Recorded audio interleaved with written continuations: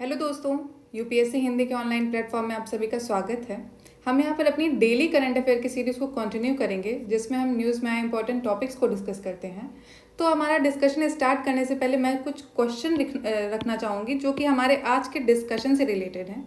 आप इस डिस्कशन के एंड में ये हमारे जो क्वेश्चन है इनका आंसर देने में पूरी तरह से सक्षम रहेंगे। तो आप देख लीजिए ये जो क्वेश्चन आज आने वाले हैं। तो पहला ये है छाबहार पोर्ट की लोकेशन, फिर सेकेंड है ग्वादर पोर्ट की लोकेशन, फिर है ईस्टर्न ब्रिज मिलिट्री एक्सरसाइज है वो किन के बीच में होगी, किन किन कंट्रीज़ के बीच में, और फिर एग्रीकल्चर सेंसस है उससे रिलेटेड क्वेश्चन है जो कि पूछा जा रहा है क्या 10 साल में ये कंडक्ट होता है। फिर लास्ट है इलेक्टोरल बॉन्ड से रिलेटेड।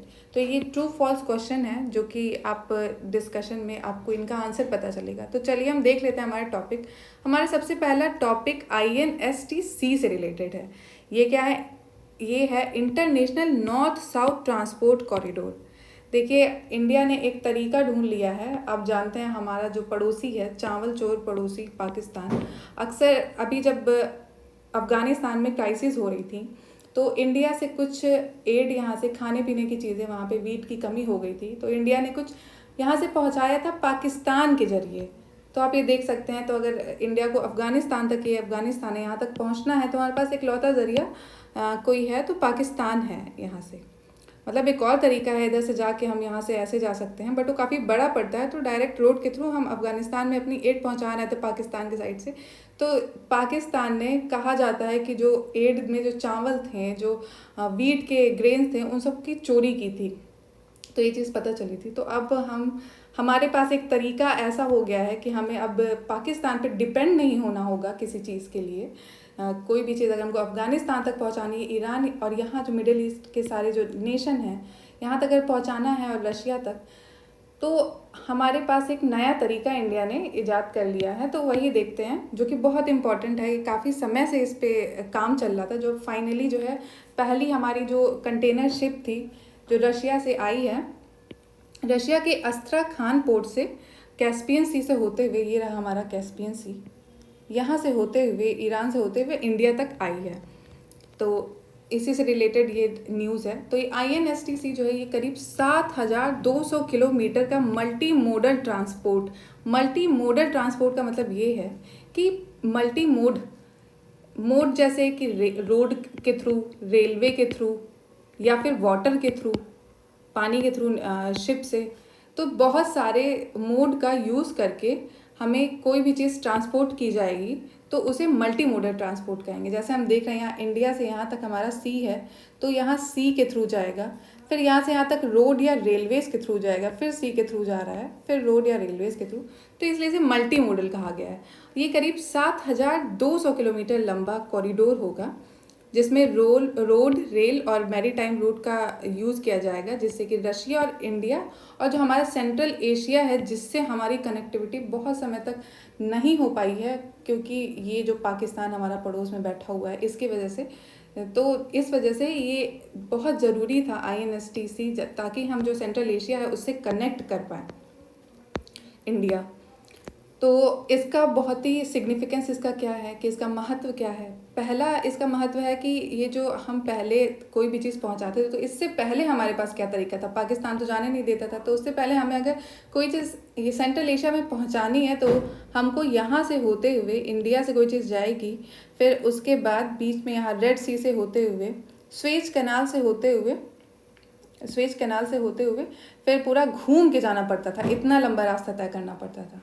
तो ये आप देख सकते हैं कितना छोटा रास्ता हो गया है। तो करीब ये 40% के अराउंड जो है टाइम हमारा बचेगा, और जो हमारा कॉस्ट लगता है किसी चीज़ को पहुंचाने में यहाँ से आता, तो वो 30% तक कम हो जाएगा। तो ये काफ़ी फ़ायदेमंद जो है डील है।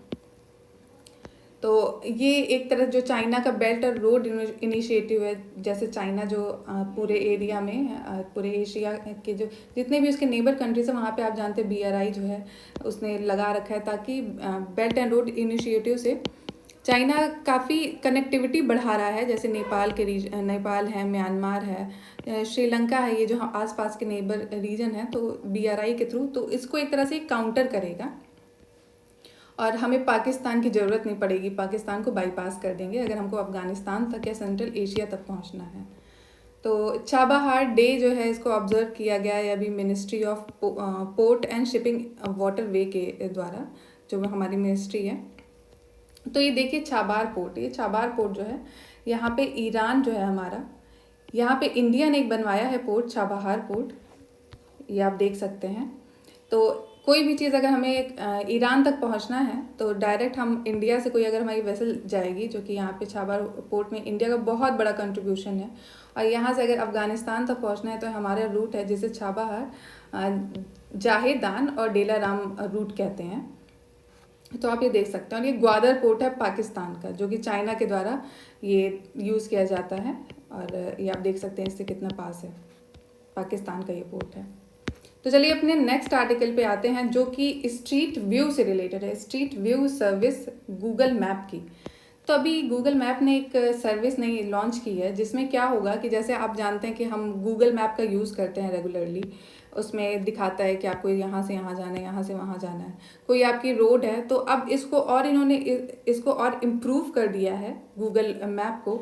इसमें हम डायरेक्टली जिस रीजन में हमें जाना है वहाँ की स्ट्रीट को हम देख सकते हैं कि पूरी तरह से, अगर मान लीजिए जो आपका घर है यहाँ पे और गूगल मैप के थ्रू यहाँ पे दिखा रहा है, तो आप देख भी सकते हैं वो आपका जो रीजन है जहाँ पे जाना है एग्जैक्टली वो दिखता कैसा है, वहाँ पे पेड़ क्या लगे हुए हैं, वहाँ पे रोड कैसी है, वहाँ पे घर कैसे हैं। तो ये एक तरह से और इंसान के लिए, हम लोगों के लिए कन्वीनियंट हो जाएगा। तो अभी इन्होंने स्ट्रीट व्यू किया है, जिसमें इनको 360 डिग्री का जो है पूरा आप चारों ओर देख सकते हैं, किसी भी जगह पे खड़े होकर आप चारों ओर कैसा क्या क्या चीज़ें हैं। तो ये पैनारोमिक ये एक फीचर होता है किसी भी फ़ोटो को लेने का, कि आप 360 डिग्री का पूरी तरह से उसको देख सकते हैं चारों तरफ घूम के। तो ये प्रोवाइड कराएगा गूगल मैप। तो ये 2 लोकल कंपनी है, जो टेक महिंद्रा है और जेनेसिस इंटरनेशनल है, इनके साथ मिलकर इंडिया पहली बार ये स्ट्रीट व्यू लॉन्च करेगा। तो इंडिया की अभी 10 सिटीज़ में ये सर्विस लॉन्च हो जाएगी, जो कि बेंगलुरु, दिल्ली, मुंबई, चेन्नई, पुणे, नासिक, हैदराबाद, वडोदरा में। और धीरे धीरे एंड 2022 के एंड तक ही करीब 50 सिटियों में इसको लॉन्च कर दिया जाएगा। और जैसे हमारी जो लोकल अथॉरिटी रहेंगी वो हेल्प करेंगे, जैसे कि ट्रैफिक पुलिस है, जो ट्रैफिक अथॉरिटी है, वो लोग हेल्प करेंगे इसको डेटा प्रोवाइड कराने में, कि आपको यहाँ फ़ोटो लेनी है। अब गूगल पास इतने तो एम्प्लॉय नहीं है कि सबको ले जाके, तो आप उनको डायरेक्टली रिक्रूट कर लेंगे जो उस एरिया में काम करते हैं, जो ट्रैफिक से रिलेटेड जो अथॉरिटीज़ हैं उनको रिक्रूट करेंगे, और वो इनको प्रोवाइड करा देंगी डेटा, फ़ोटोज़ उस एरिया की। तो अपनी नेक्स्ट आर्टिकल पे आते हैं, जो कि रिलेटेड है मिलिट्री एक्सरसाइज से। मिलिट्री एक्सरसाइज अभी अल नजा और विन बैक्स, ये एक्सरसाइज जो है स्टार्ट हुई हैं। ये दोनों एक्सरसाइज अभी जो हुई हैं हम मिलिट्रीज़ के बीच में, तो ये किस किस कंट्री के बीच में? पहली हमारी जो एक्सरसाइज है अल नजा, ये हुई है इंडिया ओमान के बीच में। ये बाइनियल का मतलब होता है 2 साल में एक बार। 2 साल में एक बार कोई चीज़ होती है बाइनियल होती है, और कोई चीज़ 1 साल में 2 बार होती है 6 मंथ, उसे बाई एनुअल कहते हैं। तो ये एक्सरसाइज जो है अभी स्टार्ट की गई है इंडिया के बीच में। मिलिट्री एक्सरसाइज है ये अल नजा, तो ये आर्मी के बीच में होती है। तो अदर एक्सरसाइज जो ओमान के साथ है हमारी पहली है, तो ये अल नजा हो गई। फिर है ईस्टर्न ब्रिज, जो कि एयर फोर्स की एक्सरसाइज है, एयर फोर्स पार्टिसिपेट करती है। और फिर है नसीम अल बहार, जो कि नेवल एक्सरसाइज है, हमारी नेवी पार्टिसिपेट करती है, और ओमान की नेवी पार्टिसिपेट करती है। और फिर उसके बाद ये विन बैक्स जो है हमारी दूसरी एक्सरसाइज है, ये किसके बीच में हो रही है? वी से वियतनाम हो गया, आई से इंडिया हो गया। तो वियतनाम और इंडिया के बीच में मिलिट्री एक्सरसाइज है, अभी स्टार्ट हुई है, चूँकि अभी UN पीस कीपिंग ऑपरेशन है, उसके अंतर्गत इस एक्सरसाइज को लॉन्च किया गया, एक्सरसाइज की गई है। तो चलिए अपने नेक्स्ट आर्टिकल पे आते हैं, जो कि रिलेटेड है इलेक्टोरल बॉन्ड से। इलेक्टोरल बॉन्ड क्या होता है? आप जानते हैं हमारी जो पॉलिटिकल पार्टी है, अगर कोई भी जो सिटीज़न है इंडिया का, वो अगर उनको डोनेशन देना चाहता है, जो कि पॉलिटिकल पार्टी इसको दिए जाते हैं नॉर्मली डोनेशन लोगों के द्वारा, अलग अलग बिग फर्म के द्वारा, तो उसको देने का एक तरीका गवर्नमेंट ने ईजाद किया है। ये बहुत ही समय से चला आ रहा है, अभी कोई ये नया नहीं है। तो ये इलेक्टोरल बॉन्ड इसे कहते हैं। हम मुझे लगता है आप जानते होंगे, आपने सुना होगा इलेक्टोरल बॉन्ड के बारे में। तो ये एक फाइनेंशियल इंस्ट्रूमेंट है जो कि डोनेशन देता है किसको? पॉलिटिकल पार्टीज़ को। और ये कैसे आपको, जैसे ये जो आप फोटो देख सकते हैं, इस तरह का ये बॉन्ड होता है। नॉर्मल जो बॉन्ड और शेयर होते हैं उसी तरह का ये इलेक्टोरल बॉन्ड होता है। इसमें आपने जो आप किसी को, पॉलिटिकल पार्टी को किसी को देना चाहते हैं, तो आप एनोनिमसली, मतलब आपका इसमें नाम नहीं रहेगा, जो भी डोनेट कर रहा है उसका नाम नहीं रहेगा उस पर।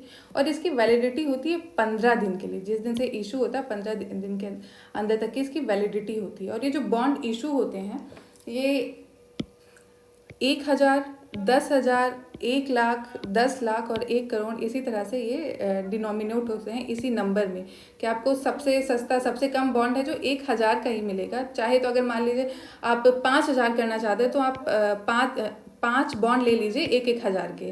और जैसे 20,000 का आपको करना है तो आप 10,000 के 2 ले सकते हैं। इस तरह से इन्हीं नंबर में ये जो बॉन्ड है ये प्रोवाइड किए जाते हैं। तो और इसको ऑथराइज कौन करता है? जो SBI है। SBI एक ओनली बैंक है पूरे इंडिया में जो कि ऑथराइज करता है। अगर इनको इन कैश कराना है पॉलिटिकल पार्टी के द्वारा तो वो सिर्फ और सिर्फ SBI का। देखिए आप, SBI जो है वही इशू कर रहा है इसको। आप ये बॉन्ड को देख सकते हैं।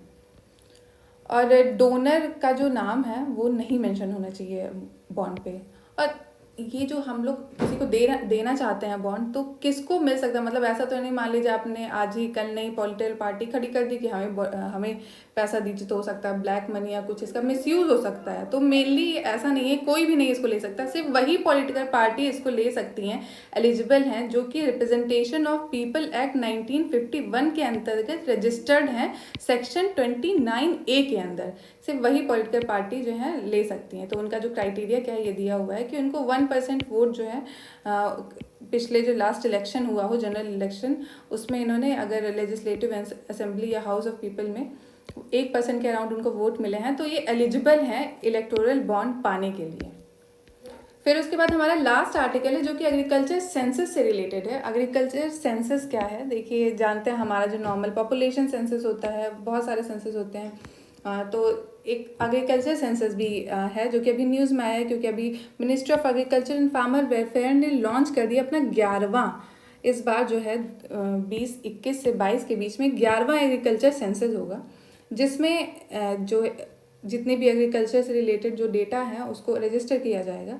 तो ये क्यों होता है? क्योंकि हमारी एक, आप जानते हैं, FAO, ये एक UN की स्पेशलाइज्ड एजेंसी है, फूड एंड एग्रीकल्चरल ऑर्गेनाइजेशन जो है। ये आप जानते हैं UN की जो 15 एजेंसी उनमें से एक है जो कि एग्रीकल्चर से रिलेटेड चीज़ों पे ध्यान देती है।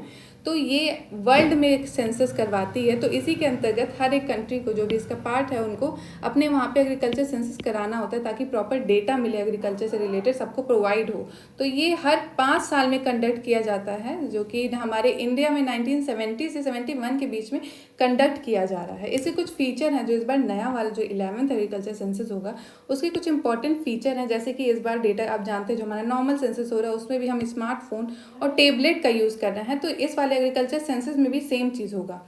और हम जो भी रिकॉर्ड करेंगे उनको डिजिटली रिकॉर्ड करेंगे और उसका जो सर्वे रहेगा वो सारा डिजिटली पड़ा रहेगा।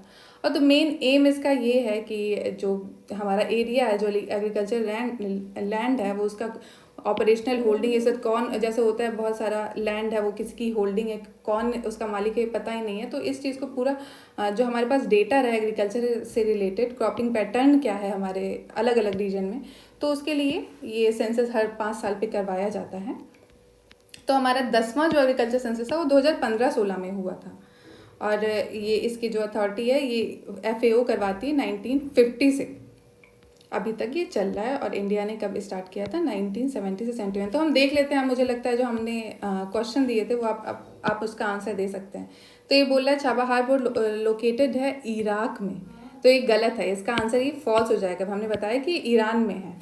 फिर एक ग्वादर पोर्ट है जो कि लोकेटेड बता रहा है ईरान में, तो ये भी फॉल्स हो जाएगा। ये कहाँ पे लोकेटेड है? ये है पाकिस्तान में लोकेटेड है। फिर हमारा जो सेकंड क्वेश्चन है, बोला ईस्टर्न ब्रिज जो मिलिट्री एक्सरसाइज है, ये हमने अभी पढ़ा है, ये इंडिया ओमान के बीच में होती है, तो ये वाला ट्रू हो जाएगा। फिर उसके बाद नेक्स्ट देखते हैं, agriculture census took over 10 year, तो ये 10 साल में नहीं बल्कि 5 साल में होता है। हमने देखा था पिछला हमारा सेंसस हुआ था 2015-16 में। फिर हमारा लास्ट क्वेश्चन है जो कि बोला इलेक्टोरल बॉन्ड इशू करता है RBI, तो रॉन्ग। कौन करता है? SBI। सिर्फ पूरे इंडिया में सिर्फ SBI ऐसी बैंक है जो कि इलेक्टोरल बॉन्ड से रिलेटेड चीज़ों को जो है रेगुलेट करती है। Thank you so much for watching. जय हिंद, जय भारत।